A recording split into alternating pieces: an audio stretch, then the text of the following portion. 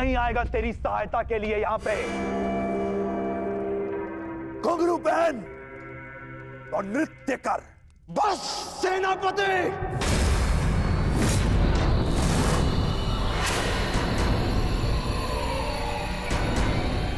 कौन था ये? किसने अपनी मृत्यु को ललकारा है?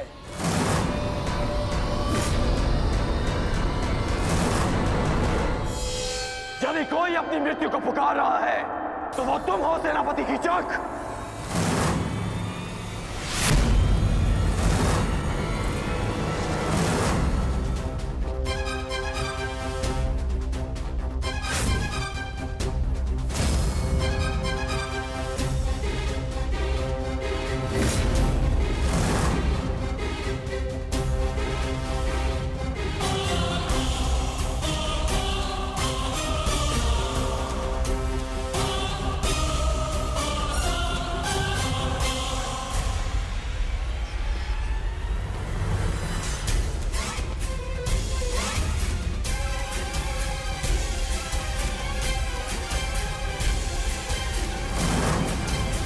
नारी, नारायणी और नाश तीनों की एक राशि होती है।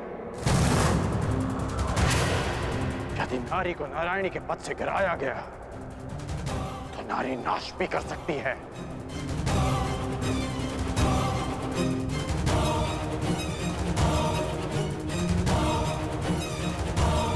और आप युवराज, अभी तक एक नारी के अपमान का कलंक हस्तिनापुर और हमारे मस्तक से उतरा नहीं कि आप एक और अपमान के भागीदार बनने जा रहे हैं।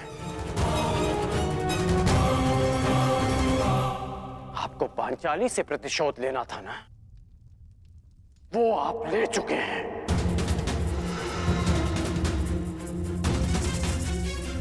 गिरिजा भागी ने आपका क्या बिगाड़ा? आप इस अपमान में भागीदार क्यों बन रहे हैं? मित्र,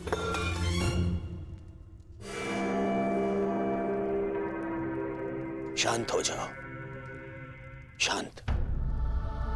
मैं यहां केवल अतिथि हूं। ये मेरा राज्य नहीं है, विराट राज्य है।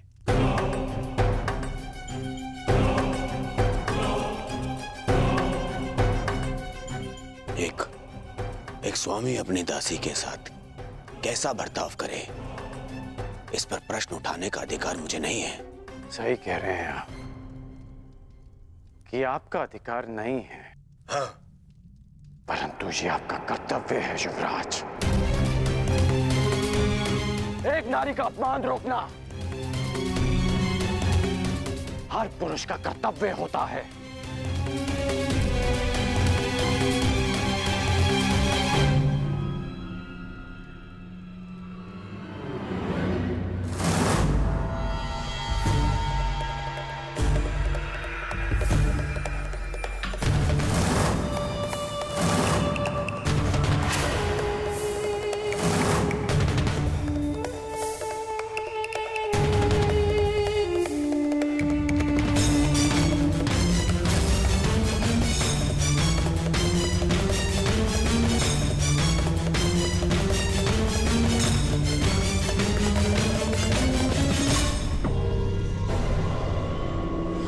सायरंधरी गंधर्व पत्नी 5 गंधर्वों की सुरक्षा में है।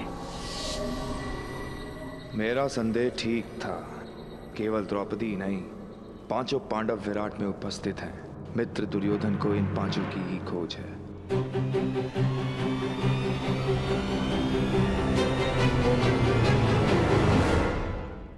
मैं क्या कर सकता हूं? तुम शांत हो जाओ। हाँ? मित्र होने के नाते इन्हें दुर्योधन को सौंप देना मेरा कर्तव्य है, परंतु विराट ने पांडवों को आश्रय दिया है और यहाँ का सेनापति होने के नाते इसका कर वसूलना मेरा अधिकार है।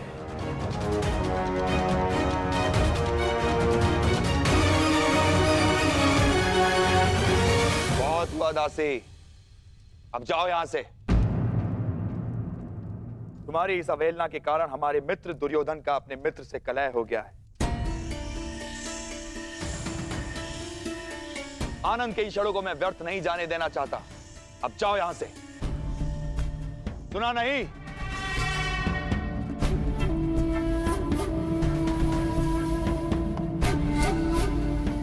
क्षमा चाहता हूं मित्र। और खेद है अंगराज, मैं तो आप लोगों का मनोरंजन करना चाहता था। इस दासी के दर्प ने मेरे कार्य को असफल कर दिया। क्षमा प्रार्थी हूं मैं आपका। ये आप कह रहे हैं सेनापति कीचक?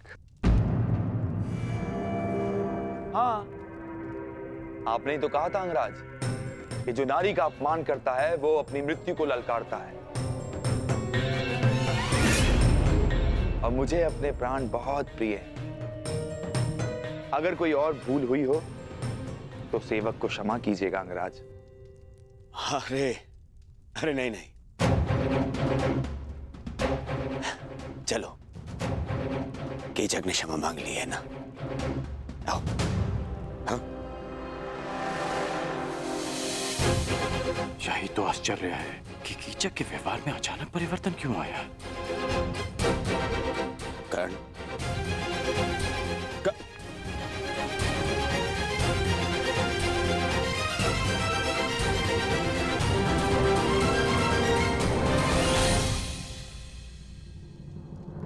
तुम्हारे अपमान का प्रतिकार मैं उसी क्षण कर देता पांचाली, परंतु तुमने मुझे क्यों रोका?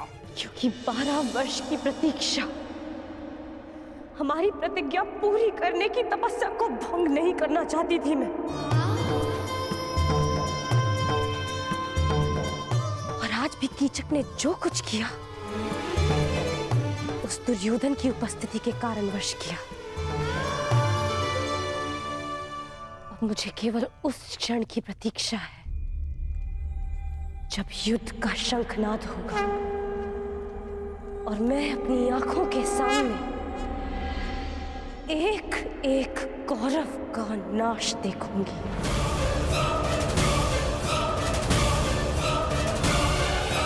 उस क्षण के संतोष के लिए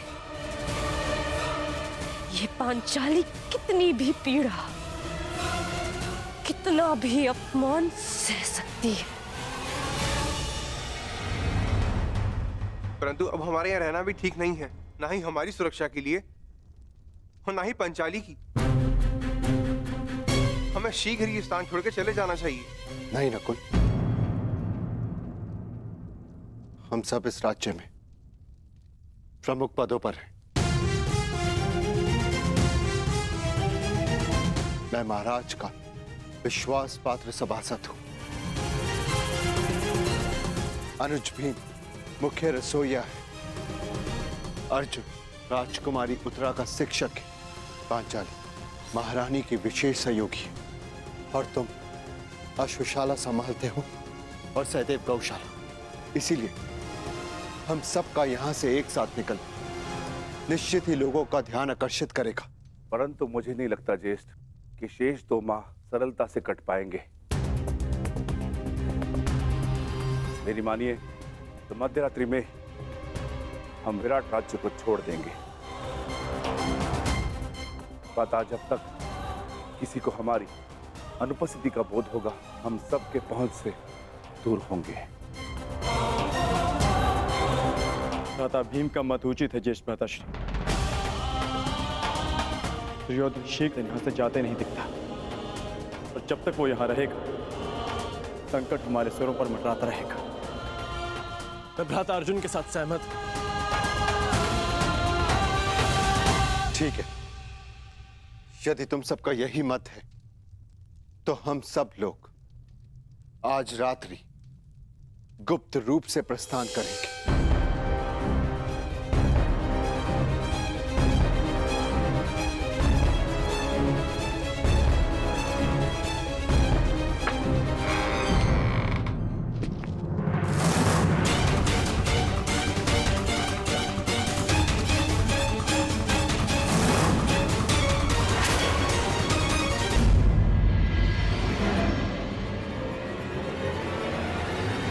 सेनापति कीचक, आप यहाँ पर?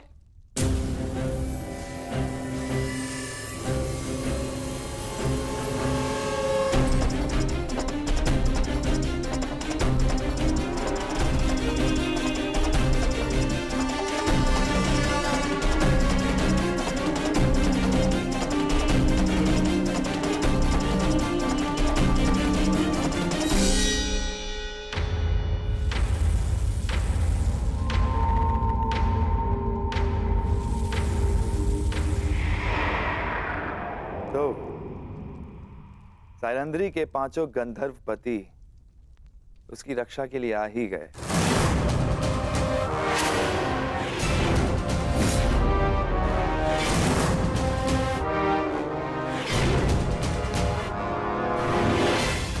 प्रणाम ज्येष्ठ गंधर्व। आपकी योजना अच्छी थी, परंतु विराट में कीचक से कुछ भी गुप्त नहीं रहता।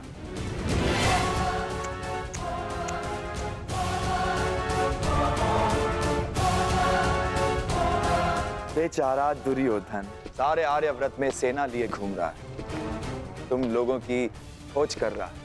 उसका आखेट ठीक उसकी नाक के नीचे बैठा। अद्भुत। प्रतिशोध की चाह मनुष्य को क्या से क्या बना देती है। दुर्योधन ने स्वप्न में भी नहीं सोचा होगा कि महान धर्मराज युधिष्ठिर कंक बनकर विराट का मनोरंजन कर रहे होंगे। अद्भुत। और भोजन भक्त महान भी दूसरों के लिए भोजन पका रहा है, झूठे पात्र धो रहा है।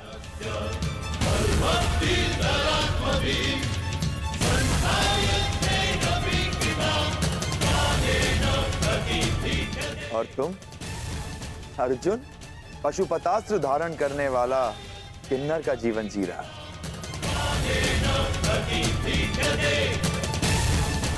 और बेचारे कोमल सुंदर नकुल सहदेव जो सदा सुगंध में नहाए रहते थे, आज अश्वों की लीद और गौवंश का गोबर साफ कर रहे हैं। अद्भुत।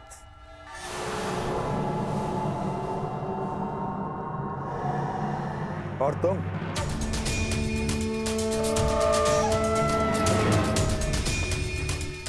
पिछले 13 वर्षों से अपने खुले केशों को बांधने की चाह रखने वाली यज्ञसेनी सुदेशना के केश सज्जित कर रही है। अति मनोरंजक।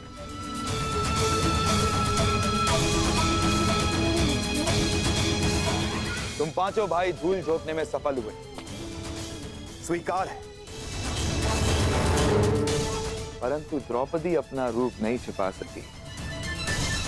ना ना ना ना, इसमें तुम्हारा कोई दोष नहीं है। तुम्हारे सौंदर्य और यौवन का दोष है।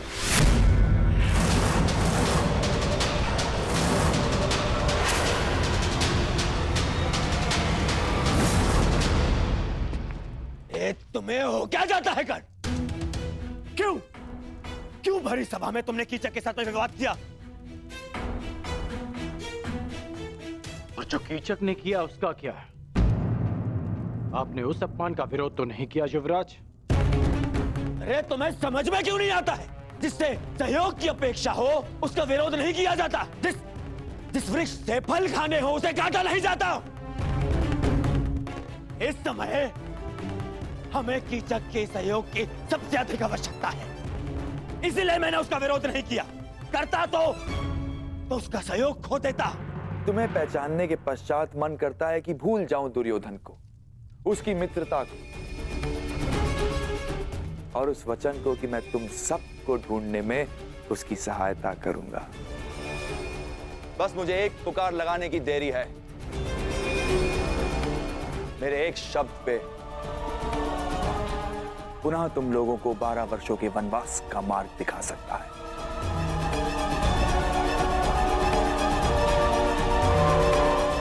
और यदि ऐसा हुआ तो कैसा लगेगा यज्ञसेनी?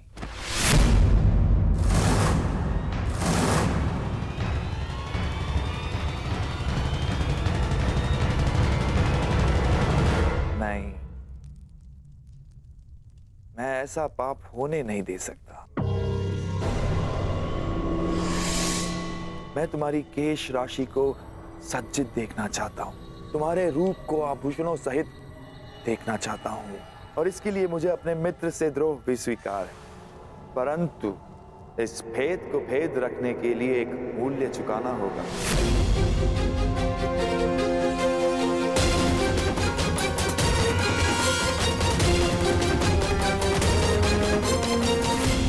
जो मेरे लिए कोई महत्व नहीं रखते, वन में रहो या महल में। लेकिन द्रौपदी के लिए ये भेद ना खुलना जरूरी है। इसीलिए मेरे पास एक प्रस्ताव है। सोच समझकर, ध्यान से सुनकर निर्णय लेना।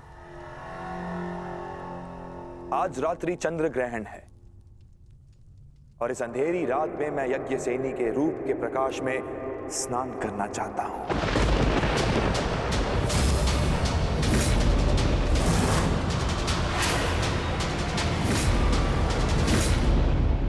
यदि उस स्त्री का मान भंग हो जाता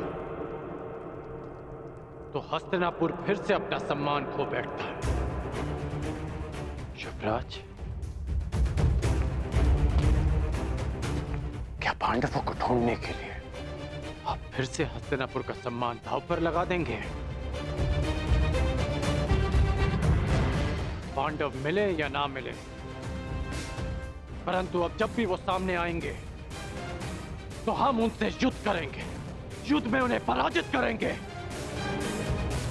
और मेरा मानना है कि हमें हस्तिनापुर वापस चले जाना चाहिए।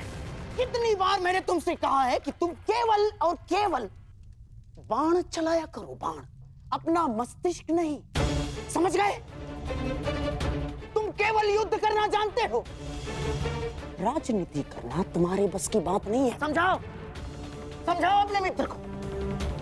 पांडवों को पकड़ने का अंतिम अवसर है हमारे पास दुर्योधन, अंतिम लक्ष्य हमारे सामने है दुर्योधन। और तुम्हारा ये प्रिय मित्र कह रहा है कि हस्तिनापुर जाकर हम संतोष की निद्रा में सो जाए। मैं ये नहीं कह रहा हूं कि हम संतोष की निद्रा में सो जाएं। तो मैं ये कह रहा हूं कि हमें हस्तिनापुर शीघ्र ही लौट जाना चाहिए, क्योंकि यहां रहकर हम अपना समय व्यर्थ कर रहे हैं। क्या कहा तुमने? युवराज, सेनापति कीचक ने हमें सहायता का वचन दिया है। यदि पांडव यहाँ होंगे तो वो अवश्य उन्हें पकड़ लेंगे। हमें हस्तिनापुर वापस चले जाना चाहिए, क्योंकि पांडव यहाँ नहीं मिले तो हमें संभावित युद्ध के लिए तैयार रहना चाहिए। और आप दोनों भूल रहे हैं कि पांडवों का अज्ञातवास पूर्ण होने में केवल 2 माह शेष हैं। 2 माह शेष है, 2 माह शेष है। क्या हो जाएगा 2 माह शेष है तो? फिर से युद्ध है? युद्ध, युद्ध, युद्ध, कर्ण, केवल युद्ध। तुमने कभी शांति नामक शब्द सीखा भी है या नहीं कर्ण? हाँ, कहीं ऐसा तो नहीं कि तुम जिसे संभावित कह रहे हो उस युद्ध को तुम निश्चित करना चाहते हो ना? अर्थात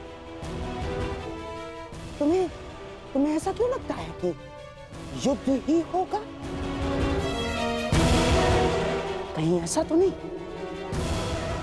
कि तुम चाहते हो कि पांडवों का अज्ञातवास पूर्ण हो जाए?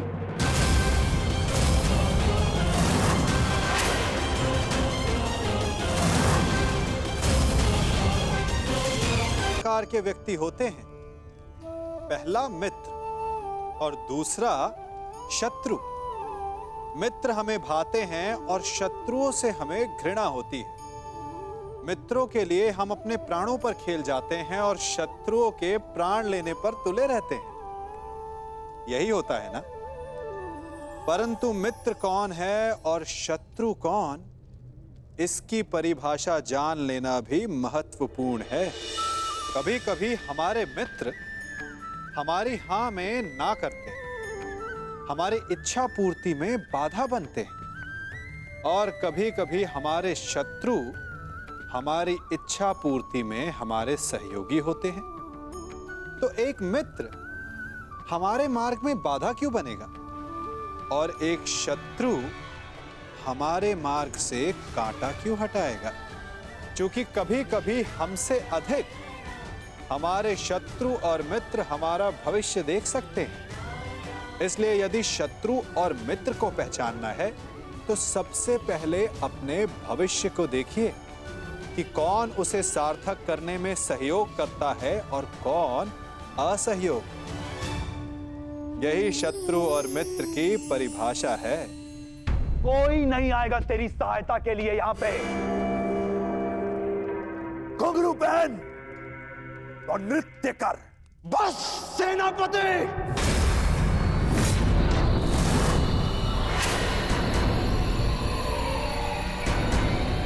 कौन था ये? किसने अपनी मृत्यु को ललकारा है?